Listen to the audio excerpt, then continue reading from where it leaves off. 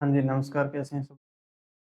देखिए, हम कंटिन्यू करते हैं पोरीफेरा के जनरल कैरेक्टर्स को, उसके बाद हम देख लेते हैं पोरीफेरा का क्लासिफिकेशन। देखिए, पोरीफेरा के जनरल कैरेक्टर ये कि ये मल्टीसेलुलर होते हैं, ये नाम रॉबर्ट ग्रांट ने दिया। ये जो है स्पंज कहलाते हैं, पोर्स पाए जाते हैं। उसके बाद आता है कि इस सेलुलर लेवल का organization, internal fertilization, development direct होता है, लार्वा पाए जाते हैं। आगे देखिए, नेक्स्ट हम बात करते हैं कि इसकी बॉडी के अंदर जो पोर्स होते हैं उनको क्या कहते हैं? अभी कहा कि पोर्स होते हैं, देखते हैं इसके बारे में नेक्स्ट कि पोरीफेरा की जो बॉडी सरफेस होती है, ये 2 पार्ट में बँटी हुई होती है। अंदर क्या होता है, जैसे अगर एक डायग्राम बना के समझो तो एक स्पंज की बॉडी ठीक इस प्रकार से दिखेगी आपको। हमने बात की है पहले कि कैनाल सिस्टम पाया जाता है। क्या पाया जाता है? कैनाल सिस्टम देखने को मिलता है। तो कैसे काम करता है वो हम बारे में ये कोई जनरल स्पंज का डायग्राम है। इस डायग्राम में हम देखते हैं छोटे-छोटे जो छिद्र हैं, ये बॉडी से बाहर पाए जाते हैं। इसकी बॉडी सरफेस के अंदर 2 लेयर होती हैं, 2 लेयर में बँटी। एक जो लेयर होती है वो कहलाती है पिनेकोडर्म। क्या कहलाएगी? ये बाहर की एक लेयर कहलाती है पिनेकोडर्म।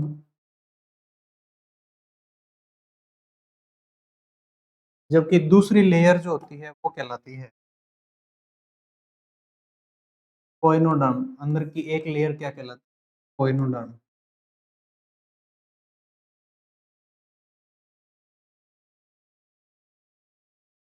कोइनोडर्म कहलाती है।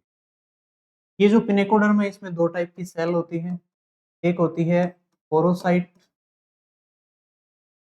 जो ओवल शेप की होती है, अंडाकार। एक होती है पिनोसाइट। क्या होती है जी? पिनोसाइट। ये होती है फ्लैट या चपटी। क्लियर है? तो पोरीफेरा की बॉडी 2 सरफेस में बंटी है, एक्टोडर्म और एंडोडर्म। या दूसरे नाम क्या हैं इसके? पिनेकोडर्म और कोइनोडर्म। पिनेकोडर्म जो होती है फिर से 2 टाइप की सेल होती हैं उनमें, पोरोसाइट और पिनेकोसाइट। पोरोसाइट का मतलब सेल ही होता है। पोरोसाइट तो होती है ओवल शेप की, उसे याद रख लें, जबकि पिनेकोसाइट होती है फ्लैट या चपटी। सेकंड क्या होती है? कोइनोडर्म, जो एंडोडर्म की तरह काम करती है। क्लियर है जी? अब इसके अंदर जो छोटे-छोटे छिद्र पाए जाते हैं, उसको कहा जाता है ओस्टिया। क्या कहा जाता है? ओस्टिया।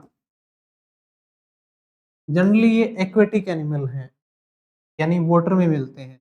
तो इन ओस्टिया से क्या करता है? वाटर इंटर करता है या फूड इंटर करता है। वाटर इंटर करता है। इन ओस्टिया की और क्या खास बात है कि ये नंबर में अधिक होते हैं, संख्या में ज़्यादा होते हैं, ठीक है? और क्या पाया जाता है इनमें? साइज़ इनका स्मॉल होता है, छोटे साइज़ के होते हैं। तो 3 कैरेक्टर याद रखने हैं, वाटर एंट्री पाथवे है और नंबर में ज़्यादा होते हैं कि साइज़ में छोटे होते हैं।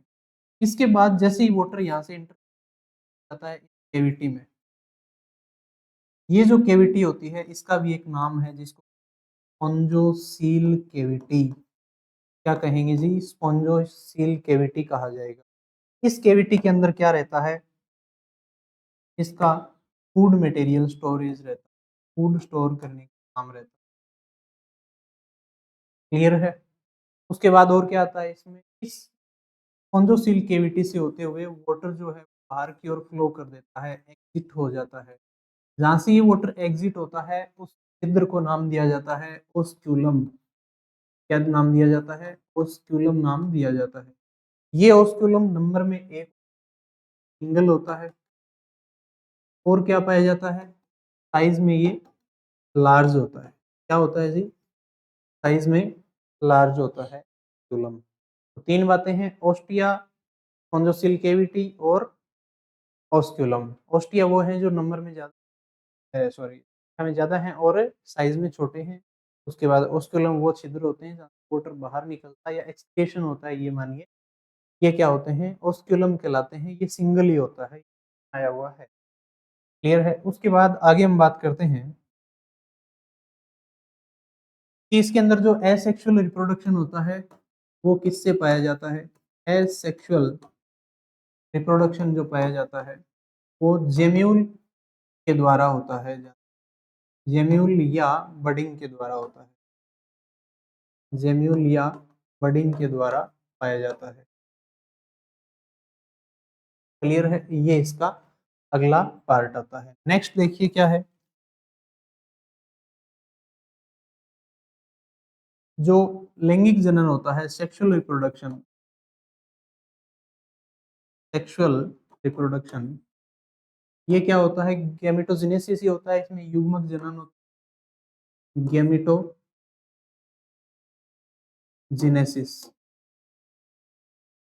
ठीक है, और इनमें क्या पाया जाता है? पुनरुद्भवन की क्षमता भी पाई जाती है, देखने को मिलती है, यानी रीजनरेशन मिलती है, रीजनरेशन कैपेसिटी पाई जाती है उसमें।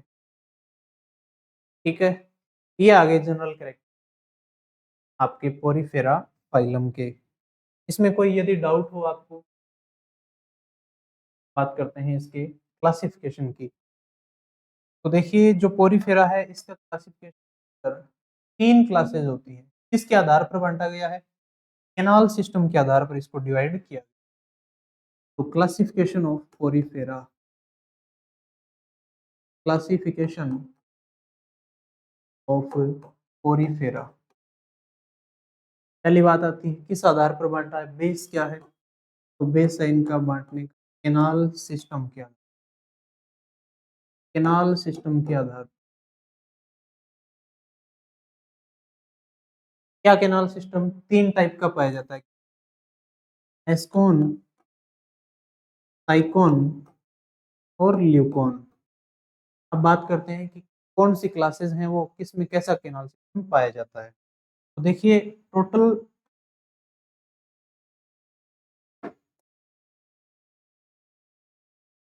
टोटल 3 क्लासेस होती हैं पोरीफेरा में। कितनी क्लासेस? 3 क्लासेस। कौन कौन सी होती हैं, बात करते हैं। होती है कैलकेरिया, कौन सी? कैलकेरिया, इसको कैनाल सिस्टम या फिर एंडोस्केलेटन के आधार पर बांटा गया। उसके बाद कैनाल सिस्टम या इसके बाद बात कर लें स्केलेटन जो होता है कैलकेरिया। दूसरी क्लास है हेक्साक्टिनिडा। तीसरी जो क्लास होती है इसकी, वो है जी डेमो स्पॉन्जिया। कौन सी क्लास? Demo Spongia class. जो कैलकेरिया है इसका स्केलेटन बना हुआ होता है,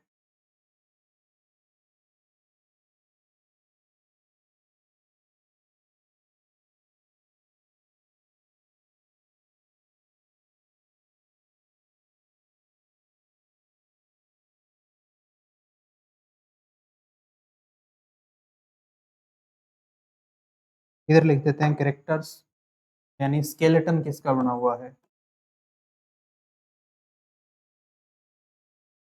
कैलकेरिया का स्केलेटन बना हुआ होता है कैल्शियम कार्बोनेट का, CaCO3, यानी कैल्शियम कार्बोनेट का कंकाल पाया जाता है इसमें। इसको कहते हैं दूसरा चाक स्पंज। कॉमन नेम क्या है? तो बात करें यदि कॉमन नेम की, कॉमन नेम, कॉमन नेम इनका है चाक स्पंज। क्या कहते हैं? चाक स्पंज। स्पंज को कहते हैं, इसको कहते हैं चाक स्पंज। ठीक है, इसके अंदर आगे यदि बात करें इसकी, तो इसमें इसका कॉमन नेम क्या है? इसका सिलिका वगैरह का बना हुआ, इसका कॉमन नेम होता है आपका ग्लास स्पंज। कौन सा? Glass sponge. इसका कॉमन नेम क्या होता है? अगले नेम होता है पीपल स्पंज, पीपल स्पंज। ठीक है, इसको क्यों कहा गया है हेक्साक्टिनिडा? क्योंकि 6 रेज पाई जाती हैं। इसका डायग्राम जब आप देखेंगे तो 6 रेज होंगी इसके अंदर। क्लियर है? ये हो गया चाक स्पंज, ग्लास स्पंज और पीपल स्पंज। ठीक है, अगर बात करें इसकी, तो जो कैलकेरिया क्लास है इसके अंदर कैनाल सिस्टम किस टाइप का आता है? कैनाल सिस्टम या स्केलेटन एक ही चीज़ है। कैनाल सिस्टम किसका कौन-कौन से टाइप का आता है यानी वैसे स्केलेटन बना हुआ होता है इसका कैल्शियम कार्बोनेट। कैनाल सिस्टम देखिए तीनों टाइप का होता है, एस्कॉन, साइकन एंड ल्यूकन। क्लियर है? तीनों टाइप का कैनाल सिस्टम पाया जाता है। फिर इसमें कैनाल सिस्टम होता है साइकन टाइप का और इसमें होता है ओनली ल्यूकन टाइप का कैनाल सिस्टम। फिर नेक्स्ट आते हैं इनके एग्जाम्पल क्या है, यानी उदाहरण क्या-क्या हैं इसके। देखिए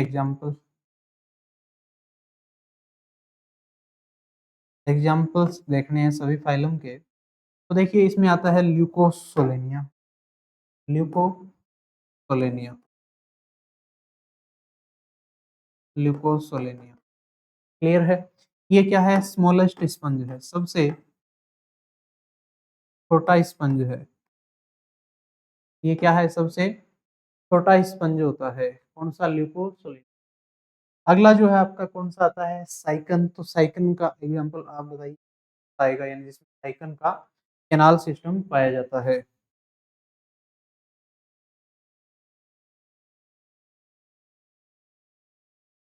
बताइए कौन सा आएगा? इसमें आएगा यूप्लेक्टेला। कौन सा एग्जांपल आएगा? यूप्लेक्टेला। यूप्लेक्टेला का एक नाम और भी है जिसको कहते हैं वीनस की पुष्प मंजूषा या फ्लावर गिर्डल ऑफ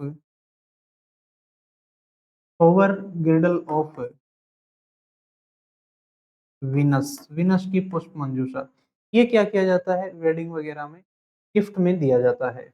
नेक्स्ट देखिए और क्या आता है इसका एग्जांपल और लिखें तो हाइलोनीमा। कौन सा आएगा? हाइलोनीमा इसका एग्जांपल आता है। तो ये हो गए कौन-कौन सी क्लास के हेक्साक्टिनलिडा और आपका कैलकेरिया के एग्जांपल। नेक्स्ट जो है आपका कौन सा? क्लास डेमोस्पंजिया जिसको पीपल स्पंज भी कहते हैं, ल्यूकोन टाइप का कैनाल सिस्टम होता है। और क्या पाया जाता है इसमें?